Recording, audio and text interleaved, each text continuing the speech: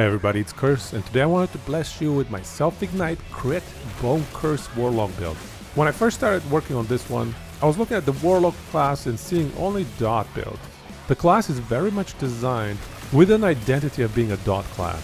There's a ton of dot support on the skills, but there really isn't much crit or hit damage support. So I set out with the objective of making an end game viable crit build for Warlock. And as you can see in these boss fights, the damage for this build is certainly endgame viable. It is pretty much on par with the Torment build.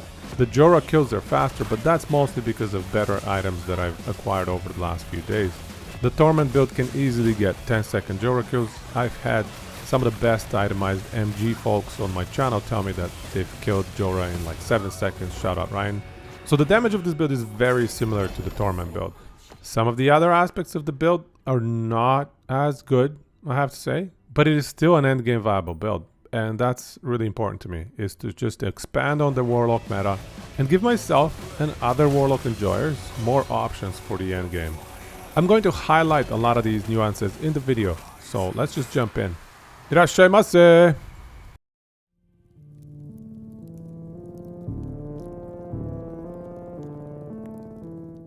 Alright, let's go over the skills first. Starting off, as usual, with the main source of damage for the build, and that is Bone Curse. And remember, it's a crit build, so we're going to be maxing crit. And in order to maximize the DPS of Bone Curse, the only skill nodes that we have to work with are Iron Maiden and Brittle Bones here. Some small damage multipliers. There's also Acute Infliction and Illusion of Pain, but those damage multipliers make it so that Bone Curse falls off the target after a certain number of hits. So we really don't want to invest in those, it just bricks the build pretty much. We also want to make sure we get marked for death on the enemies, as well as convert it to necrotic. If it is not necrotic, it does not synergize with the Self-Ignite belt, so make sure you get this 1 point right here. We also get the Bone Prisons for the Veil duration extension, first and foremost, but also to get some extra ward. Ideally, if you can get +4 Bone Curse, you would put all 4 points into Ossify to maximize the HP of Bone Prison, and then at that point you could invest a bit more into minion HP affixes on your gear in order to get a lot of ward from Profane Veil. But that itemization is very tricky, so I'll talk about it a little later during the itemization section. The real reason why we're running Bone Curse and why it is viable in 1.0 is because of the Wither debuff. As you can see, it increases damage versus bosses for curses by a factor of 2.2x, as well as a factor of 3x versus trash mobs. So that is a sneaky buff to Bone Curse. Without Wither, Bone Curse, I would argue, is not really as viable. Losing that much damage is a significant hit, and it won't be able to compete with some of the other skills that are available in 1.0. But thanks to Wither, Bone Curse crit is viable. Next, let's talk about how we proc Bone Curse, and that is with Chthonic Fissure. You can see we don't have any points into Torment. We fully spec into Chaos Bolts, and we try to proc them, generate them as many as possible, because each Chaos Bolt hit on Bone Curse triggers its damage. I'll go over the exact math of how many Chaos Bolts we generate and how many hits we generate with this build, thanks to these two nodes, at a bit of a later point in the video. But for now, just keep in mind that we want to maximize the number of spirits from Chthonic Fissure so that we can maximize the number of Chaos Bolts that those spirits get converted into. We also double that amount with Gloom and Flames, Necrotic Res Shred for more damage. I kind of like Chthonic Fissure as a traversal skill, so I get this 1 point. We get this 20% crit curse to make the itemization slightly simpler, but also to get an extra curse for 5% more damage. We get Mantle of Flames in order to get an Ignite stack for a little bit of extra damage from the Chaos Bolt skill tree. Same with the Dam stacks. And then going into the Chaos Bolt skill tree, the most important thing here is to get your mana back. You're going to be generating so many Chaos Bolts. If you do not get Devour the Damned, you're going to run out of mana in absolutely no time. Pandemonium is also very important for the increased area. And then at some point, you want to try and get at least a little bit of extra damage from your Chaos Bolts. So I get Exultant Misery. We are actually converting a lot of our bleed into Ignite because of the gloves that we're running. But we can get Frostbite up here, as well as Ignite from the Fissure, as well as Damned from the Fissure. So we should be hitting at least 3 of these 4 conditions for 1.12 to the power of 3 increased damage. And then we get 2 more hits per second and another 3 more hits per second, ideally, from these 2 points. The curse duration extension is not bad. It makes it so that we don't have to recast Bone Curse because it's snapshotted and it gets extended. This is kind of nice. And then a tiny little bit of extra hit damage from Chaos Bolts. If you're running the plus 240 spell damage from the Self-Ignite belt, Chaos Bolts should be roughly 30 to 35% of the damage of this build, where Bone Curse is roughly 65 to 70% of the damage of the build, based on my rough calculations. However, once you start using your Veil Channeling, your Ignite stacks fall off, and I assume that your Chaos Bolts do not get snapshotted. I would be surprised if they get snapshotted because it's a completely different skill from Fissure. So if they're not snapshotted at the beginning of your Fissure cast, their damage is going to fall off as soon as your Ignite stacks fall off. I wouldn't expect that a significant contribution of our damage is coming from Chaos Bolts. As soon as those Ignite stacks fall off, probably 90 to 95% of your damage is Bone Curse crits. We have Profane Veil, very similar spec to the Torment build. 50% more damage, and then another 24% more damage from the passives. Absolutely invaluable for any Warlock build that can get away with running Profane Veil for damage purposes. An extra curse for 5% more damage. And then 5 points in Vampiric Pool to extend the duration by at least 4, maybe 5 seconds, so that we can get even more DPS. This also gives us some ward because of the minions, and obviously the 40% versus 4% is bugged. If you're curious about that, check out my previous video where I talk about that bug in a little bit more detail. But this build unfortunately cannot leverage the 4% minion ward health to ward generation nearly as much as the Torment one can, just because it is so affix intensive in order to max out crit chance. Another really cool option for Profane Veil is if you can spec into 4 points of Hex Flurry right here. These green balls, not only do they look really cool, but they're also counting as hits that proc Bone Curse. And you can easily get 7 to 8 of them per second. So 7 to 8 extra hits would be nice, but in order to make that work, we essentially need +7 to Profane Veil, which I feel like it's not doable. We can take 1 or 2 points here and there, but the requirements are too steep, and we cannot afford to drop too many points from Stream of Profanity or from Vampiric Pool. Especially not from Scorn. This is global damage, it's really nice. The Spirit Plague setup is slightly different, and I want to highlight it here. We do have the Self-Ignite 5 points into Exsanguination in order to generate damage with our belt. However, we also spec into Putrid Recovery. We don't need the 3 points in Pestilence because we don't deal damage over time. It's now all crit damage. And this 12 ward gained, if you don't know how Bone Curse works, not only do you get the 12 ward for the Chaos Bolt hits, but you also get 12 ward for the Bone Curse proc. It's a hit that doesn't trigger any ignites or any ailments. That's how the Bone Curse proc works. So essentially with 25 to 30 hits per second, giving us 25 to 30 Bone Curse procs per second, we're going to be generating something along the lines of 600 ward per second against bosses due to this node right here. So this is a very good additional defensive layer for the build. However, it is not super consistent because against regular mobs, sometimes they just die right away and you're not going to be generating nearly as much ward as you would be versus bosses. It's still really good to have though, because we just don't need these 3 points right here. We don't lose anything by speccing into this node. So overall, you can see that we have an additional defensive layer, but we also lose a lot of the defensive layers unless you can get +4 Bone Curse skills in your relic. And even then we would lose a lot of the defensive layers relative to the Torment build because we cannot run as many minion health affixes in our gear because spell crit chance is such an important affix to get in as many slots as possible. And now let's go over the itemization for the build, starting with the core items that are required to make the build work. There are only 2 core items, I would say, and that is Malin's Hubris and Immolator's Oblation, preferably with +6 spell damage. This is how we convert the Self-Bleed into Self-Ignite in order to get +6 spell damage per Self-Ignite.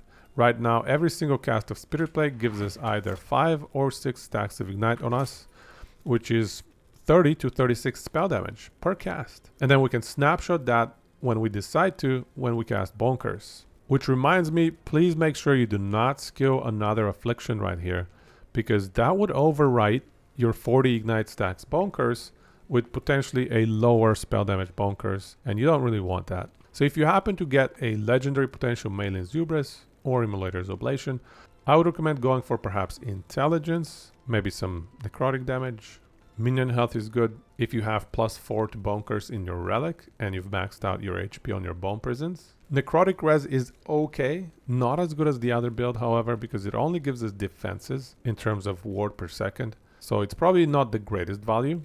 For semi-core items, Bone Climber Barbute, even though the necrotic res stacking isn't as good for the build, it's still a great item.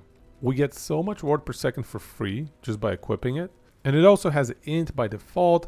We can slam even more int into it. Ideally, I would probably rather have plus curse spell damage flat as tier 7 in this item and maybe a tier 5 int. But tier 7 int is fine as well. It's more of a defensive choice than anything else. And I went for it because the defenses on this build feel definitely worse than the Torment version. Mad Alchemist Lado is best in slot with Self-Ignite as usual. You want to get crit multi, spell crit chance, and Necrotic Pen on it if possible. The chest piece is semi-core as well, because of that tier 7 prefix of increased spirit frequency with Chthonic Fissure. That increases the frequency of Chaos Bolts as well, so it's a must-have to increase the number of hits that we do with Bone Curse for the build. Crystal Skull is semi-core for the build because we must have the 6% spell crit. Unfortunately, it also means that we take a hit in terms of survivability because we're not running an opulent focus and we don't have that extra ward per second gen. So I got ward per second generation in the suffixes of this one. It's not as much, but it is something. For prefixes, you definitely want spell crit and crit multi. For the remaining items, the Citadel boots are great to max out your crit damage reduction. I like to run them with MS, Intelligence, and CDR, but you don't have to run exactly that setup. Ashes of Mortality is a decent choice, especially if you manage to stack a bit more Damned or Ignite on the target. But I would only consider it over an Exalted Ring if it is 2 or 3 OP. And just to reiterate, if you manage to increase the HP of your bone prisons, you can itemize heavier into minion health. Right now, minion health is just not as much value because we don't have Ossify maxed out in the Bone Curse tree. The other ring is fairly similar, minion health int and a bunch of res. The relic has crit multi crit chance, and you'll see the same thing on the offhand as well as the amulet. It's just a matter of which one do you put at tier 7 versus tier 5. And I want to highlight here, you always want to go for Spell Critical Strike Chance. Spell Critical Strike Chance, because it has a narrower benefit, it does not benefit every skill in the game, only spell skills. It rolls within a higher range than Critical Strike Chance. So you're always better off for any slot that can have either one of those two to itemize with Spell Critical Strike Chance. So make sure you get that and not the generic Critical Strike Chance. I went with a Putrid Souls relic. The ward per second is actually pretty nice. Poison res is okay as well. You can always go for the damage one that gives you necrotic damage. But best in slot in terms of uniques is definitely Marumas, and you'll see that in the build planner as well. I just don't have a good one, but I strongly recommend if you get a 3 or 4 LP Marumas, certainly that is best in slot for this build, as well as the other build, the Torment one. For the amulet, I would recommend getting your Armor Shred from there, and then Spell Crit and Crit Multi. You can see I got lucky and sealed a tier 4 critical strike chance. Otherwise, this amulet probably would have been a brick, but now it's actually incredible. Probably best in slot for a lot of different builds. In terms of idols, these ward per second during Profane Veil, as well as ward retention or crit chance idols, these are very nice. You can max out your crit. We want roughly 80% crit chance because we get an extra 20 from this acid skin curse right here. If you have space, you can also get some spell damage for curses, a little bit of necrotic res or fizz res, whatever you need to max out your resistances. And yeah, use your idols just to help boost your resistances and get them to max on everything. Best in slot blessings are the same as the Torment build. 40% crit multi here, lightning res on the ending the storm, all res, and then double armor. For the passives, you can see that it is only slightly different from the Torment build. The same 20 points on the Acolyte side. The Warlock side is where we see some differences. We still want spell curse damage. Int ward gen during Profane Veil is nice for this one. More damage for Profane Veil. This is great damage reduction as well. We still run 200 to 300 necrotic res. So getting 200 to 300 ward decay threshold for 3 points is not the best, but it's okay. If you want to respec these 3, you can definitely go ahead and do that. But we've moved some of the lich points into these 10 points right here for a bit more survivability because the build is a lot squishier and the itemization is a lot more difficult. Getting more armor per curse on the target, 3% is not very high, but it does help. We lost a lot of our ward gen, So 25 ward per second and roughly 10% less damage from enemies is a solid investment for 5 points here. Make sure you always max out Wither as soon as you have it. This is what makes the build so strong right now. And then we've invested into a little bit of extra damage from chaotic strikes, because now our damage is based on hits and not dot. Extra crit multi, same as before, the haste effect here, the curse cast speed, 1 point wonder for an extra curse, 5% more damage right here, and then 10 points for 10 int, 10 vit, not too bad. The problem on the Lich side and why we spec down from it is that getting to crippling insight requires 20 points in the Lich passive skill tree. And we have 15 good ones between these two nodes, but then there's really nothing else to do with this tree based on what we're running. We're not doing low life, so there isn't much value to be gained from all the other skill nodes. So we decided to just get away from the Lich tree. We only have 12 points. The 2 points left over, 12% necrotic damage is not bad per point here. So now let's talk about some of the nuances of the build. As you noticed from the itemization part of the build guide, we have to run spell crit chance in multiple affixes. Right now I'm running it on 4, amulet, wand, offhand, and relic, but also the implicit on this ring. And those are 4 affixes that are not minion health, for example. They're also blocking the possibility of running int, or even sometimes running tier 7 crit multi. So we lose a bit because of that requirement of maxing out crit. That makes this build a lot more difficult to itemize around as well. So this is not an early game build. I would not recommend anybody to be running this build and speccing into it early on in the season. Definitely get your level 100, get a bunch of these items, get your spell crit chance maxed out, and then you can consider respecking into this. And who knows, maybe you can add a little bit of insight into the defensive layers for the build and improve upon it and make it on par or maybe even better than the Torment version that I shared a few days ago. But even without that, this build is definitely endgame viable. It's just not going to reach as high of a corruption as the Torment build. And now let's quickly go over the math of exactly how many hits per second we have with this build. By default, Fissure Spirits hit 2.5 times per second. And then we double that amount because of the double Fissure skill node. So we get to 5 per second. And then we get 50% increased spirit frequency from the Fissure skill node that we invest 5 points into, as well as 70% spirit frequency increase from the chest prefix. So that's 5 times 2.2 between these 102% increased frequency, 11 spirit hits per second, and then 40% of these hits remain as spirits. So that's 4.4 spirit hits per second. But 60% of the spirits get converted into a Chaos Bolt cast, which each of those generates 3 Chaos Bolts per cast. So from that, we get 19.8 Chaos Bolt hits per second, assuming all of them hit. Obviously, not all of them are going to hit because the spawn area is so massive and their AoE is not the greatest. But this is how many hits per second we will get from Fissure. And then we have 2 Rip Bloods procced by the Chaos Bolt skill tree being cast per second because of our high int. And then Chaos Bolt also procs Harvest based on our dexterity. With a maxed out Bone Clamor Barbute, we have 14 dexterity. So it's a 14% chance to proc for each of these 19.8 Chaos Bolt hits. And of course, there's a maximum of 3 procs per second. But we don't quite reach that because of the 14 dexterity being a bit on the low side. But we can also just round this down and say we're going to get roughly 2 harvest procs per second because of the Chaos Bolt skill tree. Just to simplify things a little bit. And so between all of these hits, we should get roughly 28 hits per second, assuming all the Chaos Bolts hits the enemy, of course.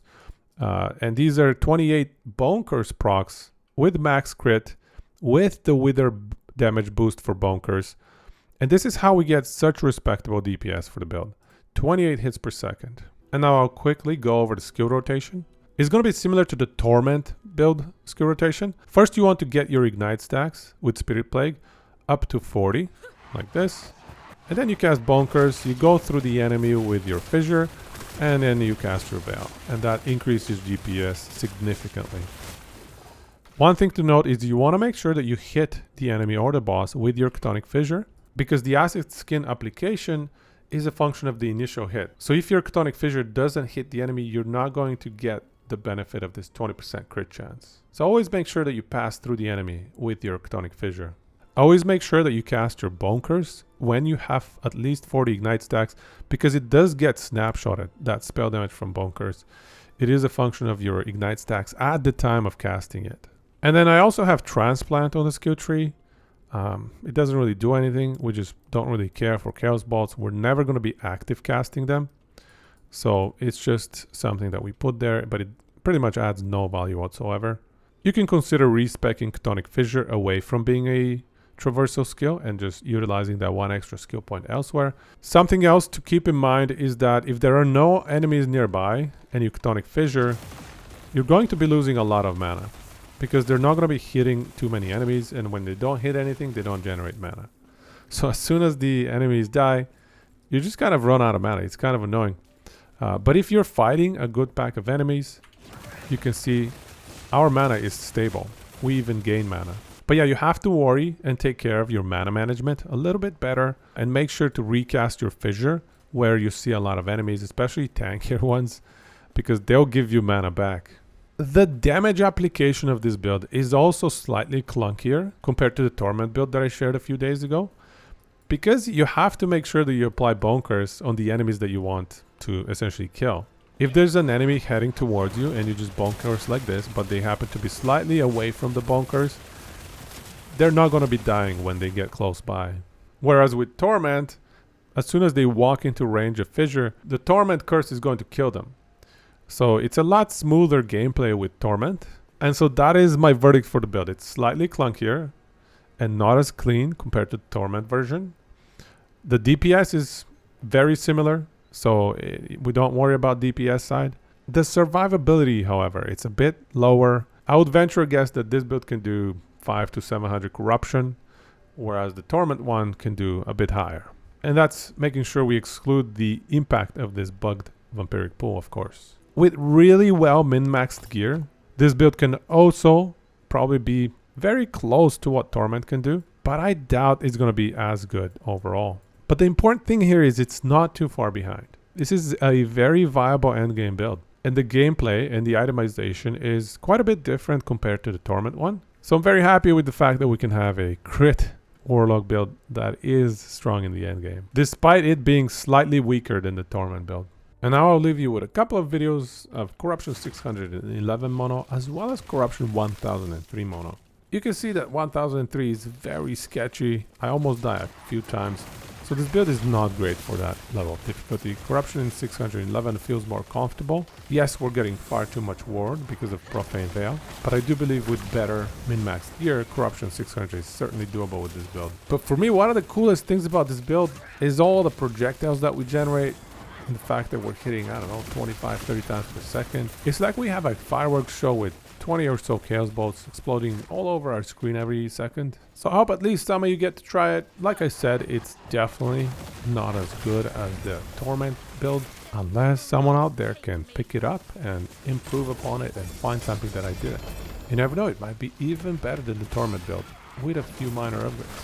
For example, I was initially thinking of running Peak of the Mountain, but we ended up maxing 80% crit so easily that I dropped it from the itemization and went back to Brabute for the defensive layers that it provides. So I'd love to see it if somebody manages to improve upon the defensive layers of this build a little bit. Because I think from an offense standpoint, the build is great. It's on par with Torment. And please check the description of this video. There's going to be an aspirational planner for best in slot everything for the build, at least from what I think is best in slot. And I'm probably going to try to avoid putting things like red rings and stuff, just because they're not that easy to attain. And if you're curious if I've made updates to the build, I tend to not make multiple video guides or multiple YouTube videos on the same build over and over again. Unless there are some major changes, I prefer to create one really clean, really fleshed out build guide video. And then if I make minor optimizations to the build, I edit the build planner and update that in the description of the video. And I also add the date on which I've updated it, so please double check that. It might say something like updated last March 3rd. I've started doing that with all of my build guides whenever I update anything on them. So if you're curious, please keep an eye on that, as it is absolutely impossible to get this right on the first try. Even after all the time that we've spent, I continue tinkering with builds over many days afterwards sometimes, and we make minor iterative improvements. Anyways, that's it for the build guide. I hope you enjoyed it. If you did, drop a like, drop a subscribe. You can come by on Twitch as well. We're going to be testing out more and more Warlock builds as well as other classes once we're done with Warlock. But for the next few weeks, I do believe I'll be sticking with Warlock. I have quite a few more ideas to test out. But if all of them are epic fails, who knows, maybe I end up with a different class sooner than I expect. Anyways, thanks for all the love. I think a lot of people have enjoyed the previous build. I saw it being featured on many YouTube videos. Almost every single Warlock Twitch stream was featuring it. So huge thanks to everybody that gave proper credit for where the build originally came from. I try to do that as well every time I see a YouTube video that inspires something within my builds. So I just want to say thanks to everybody that did the right thing. You know who you are. Much love. And on that note, take it easy everybody. ごちそうさまでした。